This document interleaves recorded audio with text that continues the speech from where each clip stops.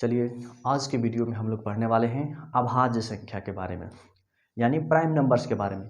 तो आपको आपके जानकारी के लिए हम बता दें कि अभाज्य संख्या को एक और नाम से जाना जाता है, जिसे क्या कहते हैं, रूढ़ संख्या कहते हैं। तो आपसे पूछा जाए अभाज्य संख्या किसे कहते हैं या रूढ़ संख्या किसे कहते हैं, दोनों का परिभाषा एक ही होगा। ठीक है, एक बात और ध्यान में रखिएगा, अभाज्य संख्या का परिभाषा किसी किताब में दूसरी तरह से लिखा रहता है, किसी किताब में दूसरी तरह से लिखा रहता है। तो आपको परिभाषा पे ध्यान नहीं देना है, आपको बस ये सोच के पढ़ना है कि आपको पहचानने आ जाना चाहिए कि अभाज्य संख्या क्या है। यदि आपको ढेर सारे संख्या यहाँ पे लिखा हुआ हो और आपसे बोल दिया जाए कि इसमें से चुनिए कौन कौन से अभाज्य संख्या है, तो आप उनमें से पहचान सके, उसके पहचान कर सके, छांट कर अलग लिख सके। इसी पर्पज से आपको इस वीडियो को देखना है, न कि परिभाषा रटने के व्यू से देखना है। ठीक है, परिभाषा आप रटने यहाँ नहीं आए हैं, आपको बस समझ में आ जाना चाहिए। तो आप ध्यान से देखिए। आइए हम बताते हैं कि अभाज्य संख्या किसे कहते हैं। अभाज्य संख्या यानी रूढ़ संख्या किसे कहते हैं या अभाज्य संख्या किसे कहते हैं, दोनों का मतलब एक ही हुआ। ठीक है, तो आपको ध्यान देना है, एक से बड़ा, यहाँ पे ध्यान दीजिए, हम क्या बोल रहे हैं, एक से बड़ा होना चाहिए। ठीक है, एक से बड़ा वे सभी संख्या जिसमें एक से और स्वयं से भाग लगे, उसके अलावा किसी दूसरे संख्या से भाग नहीं लगे, उसे हम लोग क्या कहते हैं, अभाज्य संख्या कहते हैं या रूढ़ संख्या कहते हैं। इंग्लिश में उसे प्राइम नंबर कहते हैं। ठीक है, ध्यान से सुनिएगा, आपको अच्छा से समझ में आ गया होगा। यदि नहीं आया है एक बार और हम बोलते हैं, एक से बड़ी वे सभी संख्या, एक से बड़ी वे सभी संख्या जिसमें एक से और जो संख्या दिया गया है उसी संख्या से भाग लगना चाहिए, इसके अलावा किसी दूसरे संख्या से भाग नहीं लगना चाहिए, इसके अलावा किसी दूसरे संख्या से भाग नहीं लगना चाहिए। देखिए यहाँ पे, जैसे मान लीजिए यहाँ पे हम लिखते हैं 2।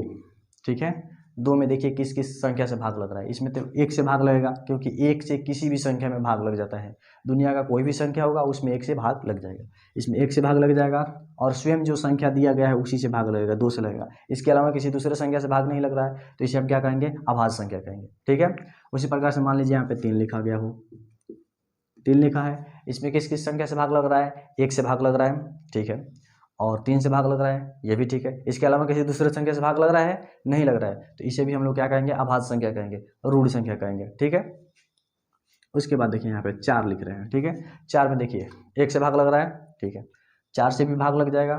ठीक है, लेकिन उसके अलावा किसी दूसरे संख्या से भाग लग रहा है कि नहीं लग रहा है, इसमें लग रहा है, क्योंकि इसके अलावा एक से तो भाग लग रहा है, फिर 2 से भी लग रहा है, फिर 4 से भी लग रहा है। तो देखिए ये दूसरा संख्या आ गया। और हम क्या बताएं, किसी भी संख्या में यदि एक और जो संख्या दिया गया है वो उसके अलावा छोड़कर किसी दूसरे संख्या से भाग लगता है, तो उसको हम लोग अभाज्य संख्या नहीं कहेंगे। ठीक है, तो ये अभाज्य संख्या नहीं होगा।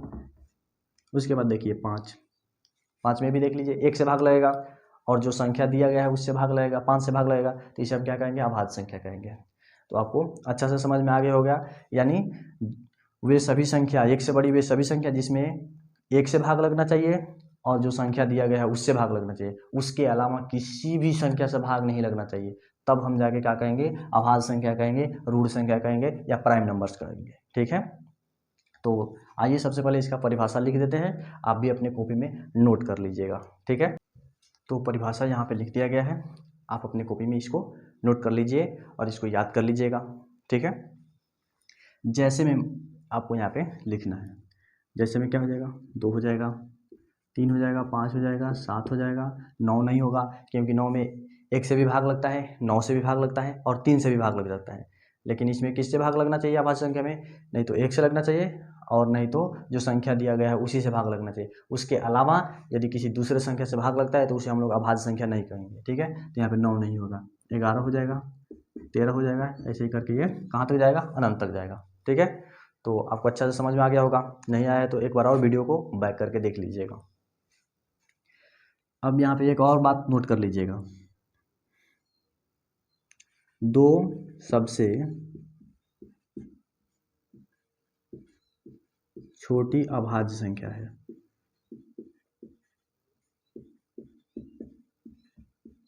संख्या है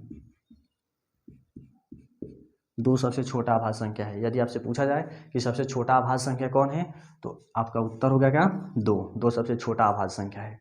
एक बात और, 2 एक ऐसा संख्या है जो सम भी है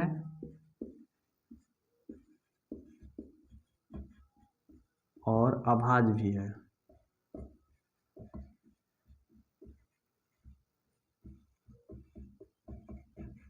पूरे नंबर सिस्टम में दो ही एक ऐसा संख्या है जो सम संख्या भी है और अभाज्य संख्या भी है। इसके अलावा कोई ऐसा संख्या नहीं मिलेगा जो सम संख्या हो और अभाज्य भी हो।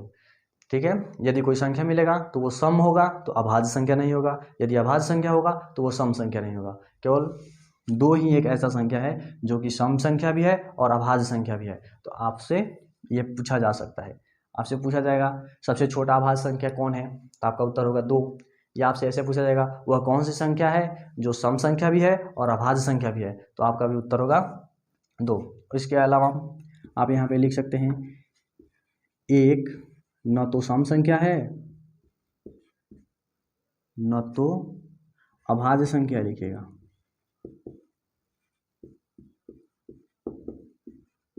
संख्या है और नहीं भाज्य संख्या और नहीं भाज्य संख्या।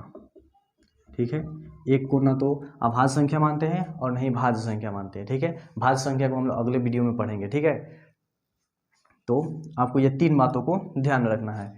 2 सबसे छोटा अभाज्य संख्या है पहला, 2 एक ऐसा संख्या है जो सम संख्या भी है और अभाज्य संख्या भी है।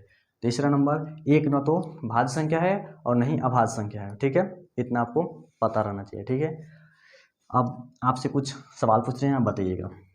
बताइए, यहाँ पे लिखा गया है मान लीजिए 19। अब आपसे पूछें ये अभाज्य संख्या है कि नहीं है, तो आपका उत्तर होगा अभाज्य संख्या है। क्यों है? क्योंकि इसमें 1 से भाग लगेगा और 19 से भाग लगेगा, इसके अलावा किसी दूसरे संख्या से भाग नहीं लग रहा है, तो इसे हम लोग अभाज्य संख्या कहेंगे। अब बताइए, यहाँ पे 25 लिख दे तो ये भाज्य संख्या होगा कि नहीं होगा?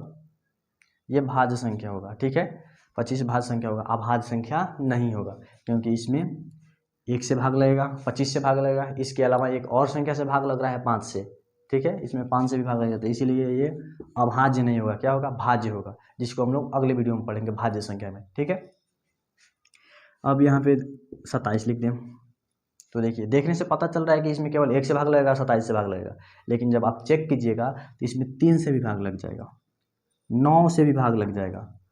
और हम लोग क्या पढ़े हैं कि वे सभी संख्या जिसमें 1 से भाग लगना चाहिए और नहीं तो जो संख्या दिया गया है उसी से भाग लगना चाहिए, इसके अलावा किसी दूसरे संख्या से भाग लगता है तो हम लोग उसे अभाज्य संख्या नहीं कहेंगे, तो ये भी अभाज्य संख्या नहीं होगा। वहीं यहाँ पे 29 लिख दें। अब देखिए, ये अभाज्य संख्या हो जाएगा। क्यों होगा? क्योंकि इसमें 1 से भाग लगेगा और 29 लिखा गया है, 29 से भाग लगेगा, तो ये अभाज्य संख्या है। रूढ़ संख्या भी पूछा जाए, बताइए ये रूढ़ संख्या है कि नहीं? कहेंगे रूढ़ संख्या है। ऐसे पूछा जाए 2, 4, 3, 9 में कौन रूढ़ संख्या है, तो आप क्या कहेंगे? रूढ़ संख्या की परिभाषा क्या होता है? 1 से बड़ी वे सभी संख्या जिसमें 1 से भाग लगना चाहिए और जो संख्या दिया गया है उससे भाग लगना चाहिए, उसे हम रूढ़ संख्या कहेंगे या अभाज्य संख्या कहेंगे। तो देखिए, इसमें 2 हो जाएगा रूढ़ संख्या और 3 हो जाएगा रूढ़ संख्या, 4 नहीं होगा, क्योंकि इसमें 1 से भी भाग लगेगा, 4 से भी भाग लगेगा, 2 से भी भाग लगेगा। तो इसमें कौन कौन रूढ़ संख्या है? 2 है और 3 है। इसी तरह से अभाज्य संख्या पूछता तो भी हम लोग इसी तरह से बताते। 27 और 31 में कौन अभाज्य संख्या है, ऐसे पूछा जाए तो आप क्या कहेंगे? 31 अभाज्य संख्या है। ठीक है, 31 में क्योंकि 1 से भाग लगेगा और 31 से भाग लगेगा, इसके अलावा किसी दूसरे संख्या से में भाग कभी भी नहीं लग सकता है पूरा तरह से। उसी तरह से यहाँ पूछ दिया जाए 81, बताइए अभाज्य संख्या है कि नहीं है, तो आप चेक करेंगे तो कहेंगे ये अभाज्य संख्या नहीं है। क्यों नहीं है? क्योंकि इसमें 1 से भाग लगेगा, 81 से भाग लगेगा, इसके अलावा 3 से भी भाग लगता है, 27 से भी भाग लगता है, इसीलिए यह अभाज्य संख्या नहीं होगा। ठीक है, यहाँ पे 83 दिया हो तो आप क्या कहेंगे? ये अभाज्य संख्या है, क्योंकि इसमें 1 से भाग लगेगा और 83 से भाग लगेगा, इसके अलावा किसी दूसरे संख्या से इसमें भाग नहीं लग सकता है। ठीक है, तो आशा करता हूँ आपको अच्छा से समझ में आ गया होगा। अगले वीडियो में हम लोग पढ़ेंगे भाज्य संख्या के बारे में, तब तक के लिए जय हिंद।